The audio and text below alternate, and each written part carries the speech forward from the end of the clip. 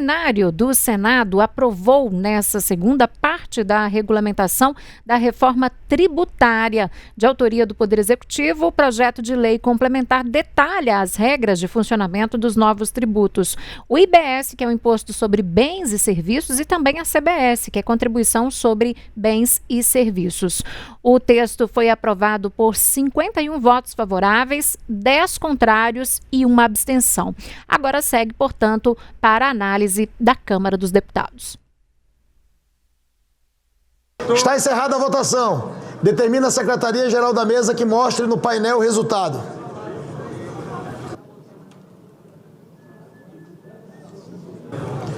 Votaram sim 51 senadores e senadoras, não 10, uma abstenção. Está aprovado a emenda número 721, substitutivo, com adequações de plenário, ressalvado o único destaque. Ficam prejudicados o projeto e as demais emendas apresentadas. E essa proposta, gente, recebeu mais de 200 emendas em plenário e dessas, cerca de 50 foram acolhidas, total ou parcialmente. Entre elas, a que altera a forma de cobrança de imposto para ajudar no combate à sonegação dos tributos. Também foi acatada uma calibragem, digamos assim, do IBS, definindo que na alíquota durante a transição vai ser gradual, permitindo que estados e municípios adaptem as contas com mais tempo e também segurança. E também é que permite que o valor da alíquota do novo IBS seja calculado com base na arrecadação de ICMS e ISS entre os anos de 2024 e 2026. O foco principal do projeto aprovado é a criação e também o funcionamento do Comitê Gestor do IBS. É uma entidade pública com caráter especial que vai ter a missão de coordenar a arrecadação e a distribuição do IBS de forma integrada entre todos os estados e também o Distrito Federal junto ali com os municípios. Entre os principais pontos da proposta aprovada estão criação desse comitê gestor, instituição do Comitê Gestor do Imposto sobre Bens e Serviços, uma entidade pública de caráter especial para administrar e coordenar o IBS, eleições deste conselho, ajustes nas regras para a eleição dos representantes dos municípios no Conselho Superior do Comitê Gestor, com o objetivo de garantir caráter competitivo e também superar impasses entre associações de prefeitos. Esclarecimento também de conceitos e procedimentos do sistema de recolhimento automático do imposto na liquidação financeira da transação, fundamental para combater, neste caso, a sonegação. Também extensão do nanoempreendedor, o regime de nanoempreendedor, que oferece isenção ali de IBS e CBS para faturamento anual de até R$162 mil. Foi estendido para incluir também taxistas, mototaxistas, caminhoneiros autônomos, os fretistas ali como são conhecidos. Imposto seletivo gradual a bebidas açucaradas, inclusão de bebidas açucaradas na cobrança escalonada do imposto seletivo entre 2029 e o ano de 2033, garantindo tratamento isonômico com bebidas alcoólicas e também produtos fumígenos. Então, a gente tem uma arte para mostrar esse detalhe. A gente produziu uma arte, é isso, gente? Para a gente mostrar. Não, a gente não tem uma arte, mas a gente vai continuar falando sobre esse assunto agora com um especialista que está conosco para nos ajudar a entender um pouco mais sobre esse tema. A gente fala de muitos termos, de muitos números. O que isso significa na prática para a gente? O que muda, Quem está conosco para falar sobre isso é o economista e especialista em políticas públicas, o Paulo Clias. O Paulo também, que é especialista em políticas públicas e gestão governamental. Paulo, boa noite para você, seja bem-vindo aqui ao Tempo News. E eu já começo perguntando para você, Paulo, qual que é a sua avaliação sobre essa aprovação dessa regulamentação, digamos assim, da reforma tributária no Senado nessa terça? Olá, boa noite, Nisa, muito obrigado pelo convite, uma saudação especial também a todas e todos que estão nos assistindo. Bom, você me pede uma tarefa ingrata, Eu me coloco na posição daqueles que estão nos assistindo, essa sopa de letrinhas, essas siglas, etc., realmente é complicado, Mas vamos tentar resumir e vamos nos ater o que é essencial. Vocês estão usando essa expressão aqui também, e isso está sendo muito divulgado pelas lideranças políticas, mas principalmente pelo governo brasileiro, que se trata de uma reforma tributária. Uma reforma do sistema de tributos, uma reforma do sistema de impostos. Mas, na verdade, não é disso que se trata, né? Quer dizer, esse é um processo que é muito lento, que é muito antigo, que remonta, na verdade, desde a aprovação da nossa Constituição em 1988, que sempre houve movimentos no sentido de promover algum tipo de mudança no sistema de tributação. E, na verdade, o que acontece agora com esse projeto, que já foi amplamente discutido na sociedade, na Câmara dos Deputados, já foi aprovado e agora seguiu para o Senado, porque, vamos lembrar, é uma reforma constitucional, e toda reforma constitucional precisa de 2 votações em cada uma das casas, com 60% de votos favoráveis, 3/5, exatamente porque a gente está mudando, né, um texto fundamental que é a nossa Constituição. Então, na verdade, não é uma reforma tributária, é simplesmente uma modernização do sistema de tributação. Por quê? Porque quem pleiteia uma verdadeira reforma tributária, quer dizer, pretende alterar elementos da estrutura do nosso sistema de tributação, que é muito injusto, que ele é marcado pela aquilo que a gente chama, os especialistas, de regressividade. O que significa? Quem está no topo da nossa pirâmide paga muito pouco imposto, ou praticamente não paga imposto, enquanto aqueles que estão na base da nossa pirâmide pagam muito mais imposto. Por quê? Porque o nosso sistema de tributação é fundamentalmente baseado no consumo, e não nas altas rendas ou nos altos patrimônios. Esses continuam, né, sem nenhum tipo de preocupação com o pagamento de impostos. Então, quando está baseado, no consumo, quer dizer, se a pessoa compra 1 litro de leite, se a pessoa compra 1 litro de gasolina, se a pessoa acende a luz da sua casa, se ela usa o aparelho celular, ela está pagando exatamente o mesmo percentual de impostos sobre o litro de leite, sobre o pão, se ele ganha um salário mínimo, se ele está desempregado ou se ele está no topo da pirâmide ganhando 200, 300, 400 mil reais por mês. Por isso que ela é regressiva.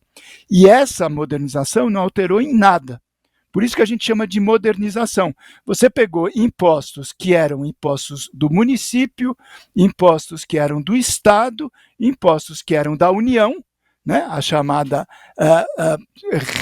representação tributária em excesso, e juntou. Então, antes era o ISS, Imposto sobre Serviços do Município, ICMS, Circulação de Bens e Serviços do Estado, e o IPI, que era desculpa, o IPI não, as outras contribuições sobre o consumo, que eram de atribuição da União, e juntou. A ideia era juntar num único tributo, que a terminologia nos chama de imposto de valor agregado. Ele simplifica, ele moderniza, ele tenta nos tirar da chamada guerra fiscal entre estados, porque estados brigam entre si para atrair empresas e para isso oferecem facilidades, isenções, desonerações do ICMS, e isso em tese vai acabar. Mas, enfim, então, só para encerrar essa primeira fala, quer dizer, você pegou esses 3 impostos, os 3 níveis, a ideia era criar um único, não foi possível, porque houve muita resistência de estados, de municípios, representados pelos seus parlamentares, e se criou, então, 2 impostos. A contribuição de bens e serviços, que é da União, e o imposto de bens e serviços, então, que vai ser compartilhado entre estados e municípios. Esse vai ser um processo muito lento, né, tanto que o processo ele prevê praticamente 30 anos, né, para tentar equalizar de uma forma definitiva a repartição desse tributo, e quem vai se encarregar disso é justamente esse organismo que vocês mencionaram, um conselho, onde vai ter representação os 26 estados mais o Distrito Federal e representantes dos municípios, que vão justamente tentar fazer com que, na divisão do chamado bolo tributário entre União, estados e municípios, não haja muitos perdedores. Né? Quer dizer, você mantenha mais ou menos a mesma distribuição que tem hoje. Mas, para encerrar, quer dizer, é importante dizer que não foi nenhuma reforma tributária. foi simplesmente uma modernização de um aspecto do nosso sistema de tributação, que é o sistema que incide sobre consumo. As altas rendas, os patrimônios, a isenção concedida, por exemplo, a lucros e dividendos, continua absolutamente intocável. Olá, boa noite. Eu queria abordar com o senhor essa pauta como um todo, né? O senhor falou que não é uma reforma exatamente, uma modernização, mas então vamos falar essa modernização tributária como um todo e não só essa parte que foi aprovada na noite de ontem pelo Senado Federal. A gente vai ter a substituição de alguns impostos, né? O senhor estava explicando agora há pouco, e a população vai ver na prática, vai deixar de pagar alguns impostos e começar a pagar alguns com nomenclaturas diferentes, né? Isso pode gerar até alguma estranheza nesse processo de transição, mas eu queria que o senhor explicasse na prática como que os consumidores, né, quem consome, vai sentir essa mudança quando observar ali alguma nota fiscal, algum imposto que precisa ser pago, e queria que o senhor explicasse também, entrasse na questão de que existe uma trava, né, existe uma alíquota média ali desse imposto, da junção desses impostos sobre o consumo, ou seja, para que esse pagamento, essa taxa não exceda demais além do que já é cobrado atualmente, né? Exato, Luciane, boa pergunta. Eu acho que o que a população está querendo saber, quer dizer, o seguinte, como é que vai pesar no meu bolso a partir dessa modernização tributária, tá certo? Quer dizer, na prática, o que vai acontecer? Quando a pessoa vai fazer alguma compra de algum bem ou de algum serviço. Atualmente, ela paga, então, o imposto para o município, o ISS, ela paga o imposto para o Estado, ICS, ICMS, e paga contribuições também para a União, PIS/COFINS e eventualmente outro tipo de tributação. Na prática, o que vai acontecer? Esses tributos todos vão ser condensados, como a gente falou, em dois. O IBS, Imposto de Bens e Serviços, e a CBS, a Contribuição de Bens e Serviços. Já foi um problema, porque o ideal é que fosse tudo concentrado num único. Então, foi uma modernização que não modernizou tanto assim como deveria. Mas, na prática, quer dizer, a gente não vai sentir muita diferença daquilo que, no total, é pago atualmente. Por isso que é simplesmente uma modernização. O que houve foi aspectos paralelos, mas que não têm necessariamente a ver com essa concentração tributária, que é o fato de, por exemplo, você ter, como é que se diz, alguns bens que fazem parte, por exemplo, da cesta básica. Então, alguns deles não vão ter mais a incidência, por exemplo, de ICMS, outros como tem agora. Você vai ter essa ideia do chamado imposto seletivo, né? Que na origem era uma ideia muito boa, mas também foi sendo deturpada ao longo do processo, que seria promover uma maior tributação sobre bens e serviços que são considerados prejudiciais para o nosso padrão de civilização. Então, por exemplo, bebidas açucaradas, álcool, produtos que provocam maiores níveis de poluição e de degradação ambiental, etc. Esses bens que não devem ter o seu estímulo de consumo, passariam também a receber uma tributação maior desse chamado imposto seletivo. Mas na prática, quer dizer, como o processo é um processo muito longo, né? Como eu estava falando, são 3 décadas, 30 anos para esse colegiado de estados e municípios promoverem essa a adaptação, buscando uma harmonização. Na prática, para o consumidor, a gente não vai ter vamos dizer, um sentimento muito efetivo, seja de aumento, seja de redução de impostos. Por isso que eu retorno, quer dizer, foi uma modernização, né, com uma intenção, aí sim, de facilitar os processos de arrecadação, seja do município, do Estado ou da União, né, e com um direcionamento, isso sim é um aspecto importante, de que haja uma redução da guerra fiscal entre principalmente os estados, né? Porque o que acontece, quer dizer, quando eles têm interesse em atrair investimentos para a sua área, para a sua região, eles se utilizam, por exemplo, de uma isenção de ICMS. Então a empresa ou as empresas vão para lá, vão pagar menos impostos, né? E na prática o que vai acontecer é que a população do estado de alguma maneira é prejudicada. Mas, como tem uma guerra tributária, porque os estados ficam disputando isso, quer dizer, na prática você acaba tendo uma perda da capacidade de arrecadar o seu conjunto do Brasil, né? Quer dizer, do conjunto dos estados. Então, isso vai ter uma mudança, e uma outra mudança importante também, mas que, de novo, quer dizer, você não sente tanto no bolso do consumidor, mas do ponto de vista de política de desenvolvimento, de política tributária importante, é a ideia de que você muda o foco do tributo. O que significa isso? Atualmente, a maioria dos tributos, por exemplo, de ICMS, eles são cobrados naquilo que a gente chama na origem, né? E não no destino. Ou seja, um estado que produz muito de uma determinada mercadoria, ele recolhe o imposto no momento da produção, no momento que sai da fábrica. Isso pode passar por vários estados, por exemplo, quando vai de caminhão, tem a maior complicação, porque cada fronteira tem que ter carimbo, etc. e tal. E quando chega no destino, o estado que está acolhendo aquela produção e vendendo para o consumidor, em geral, não recebe o tributo devido. Então, o que acontece? Quer dizer, você mudou o foco nesse projeto e passa a ser prioritariamente uma tributação no destino. E isso muda a estrutura de tributação dentro do chamado bolo tributário. Então, um estado vai ter mais, outro estado vai ter menos, por isso que tem esse horizonte de 30 anos para fazer a harmonização, mas para o consumidor, na prática, isso muda pouco. Quando eu vou comprar um litro de leite, a mim não interessa se o imposto daquele leite está indo para o estado X ou para o estado Y. O que me interessa é que eu estou pagando ICMS sobre aquele litro de leite. E isso vai continuar da mesma maneira.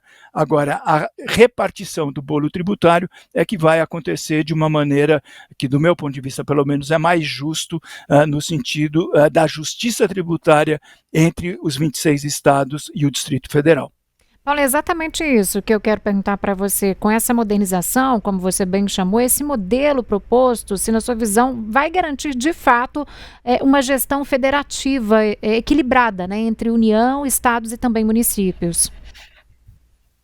Olha, essa é uma boa pergunta, Círia. Eu não sei, né? Porque esse horizonte, de novo, é um horizonte de 30 anos, né? Quer dizer, se a gente olhar para trás 30 anos, o Brasil de 1995, né?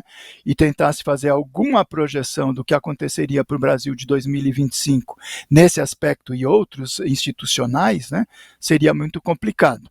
Mas o fato concreto é o quê? Quer dizer, atualmente, o modelo pressupõe o quê? Quer dizer, que você tem esses 3 níveis de arrecadação, né?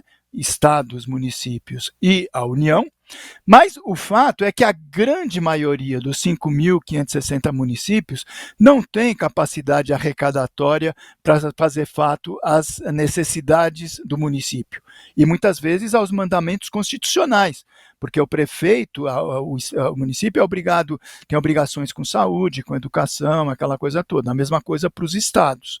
Então, atualmente, o que acontece? Você tem um recolhimento de tributos nos níveis do município, do estado e da União, mas estados e municípios, na sua grande maioria, dependem daquilo que a gente chama de repasse de tributos. Por quê? Porque as necessidades são muito maiores do que a capacidade de arrecadação e que você tem uma centralização na União da grande maioria dos tributos arrecadados. Então, a própria Constituição estabeleceu, isso na prática existe, você tem o chamado Fundo de Participação dos Estados, o FPE, que atualmente já existe desde 1988, e ele promove uma repartição do excedente de tributos entre os estados e o Distrito Federal, baseado em quê? No PIB estadual, quer dizer, na pujança da economia, etc., e na população. Essa aqui é mais ou menos a ideia. E você tem um outro fundo, que é o Fundo de Participação dos Municípios. Então, de novo, mais de 5.560 municípios. Você imagina a briga dos prefeitos, dos secretários de finanças municipais, etc., junto desse fundo, porque também, quer dizer, é um excesso de arrecadação que vai ser redistribuído para esses entes, de acordo, de novo, com o seu PIB municipal, o produto interno do município, e a sua população. Então, já existe esse problema dessa distorção. Se você perguntar para cada um dos prefeitos, para cada um dos governadores, nenhum deles vai achar que a distribuição está sendo feita de maneira justa e adequada, e cada um tem a sua reclamação, a sua justiça por fazer. E a ideia, então, é que no novo modelo, primeiro, você modernizou, você concentrou, né, nesses dois níveis, tanto a contribuição quanto o imposto de bens e serviços, e a gestão, então, desses recursos, que antes era feita pela União de uma forma colegiada, óbvio, né, com participação dos estados e dos municípios, o FPE estados, o FPM municípios, vai ser feito agora também através desse colegiado. Então, se imagina, quer dizer, que poderia ser feito de uma forma mais harmônica, mais adequada. Mas o problema é que a gente vive tempos difíceis do ponto de vista da política fiscal. Todos os dias a gente vê nos jornais o governo achando que tem que fazer austeridade, porque os excessos de despesa em relação aos tributos, etc. A situação de estados e municípios ainda é mais catastrófica, porque eles não têm para quem recorrer. A União ainda pode imprimir moeda, pode lançar a mão de títulos da dívida pública, etc. Estados e municípios não estão, eles estão com realmente a corda no pescoço. Então, eu imagino que o mecanismo para acabar com a guerra fiscal, isso sim, pode ser um elemento positivo, né? E vamos assistir, né? Eu, você e todo mundo que está nos assistindo ao longo dos próximos anos, quer dizer, o que vai acontecer no interior desse colegiado. Porque por mais que você tenha representante dos estados, tenha representante dos municípios, a busca de uma harmonização, quando todo mundo está buscando uma maior participação nesse bolo, porque está com as finanças com a corda no pescoço, não vai ser a forma mais harmônica possível, eu imagino. De novo, não quero fazer projeções negativistas, né, pessimistas para o futuro, mas eu acho que, apesar de tudo, né, quer dizer, você vai ter um espaço que eles são os senhores. Só que o problema é que eles não são o senhor do recurso, né? O recurso ainda vai estar extremamente concentrado nos níveis da União, e eles vão continuar brigando entre si para ter fatias maiores de participação nesse bolo, tá certo? Tá certo. Paulo Klies, economista e especialista em políticas públicas e gestão governamental. Paulo, muitíssimo obrigada, viu, pela sua participação no Tempo News de hoje, e até uma próxima oportunidade. Eu que agradeço, boa noite para você e para quem está assistindo, e boa continuação do programa para todo mundo.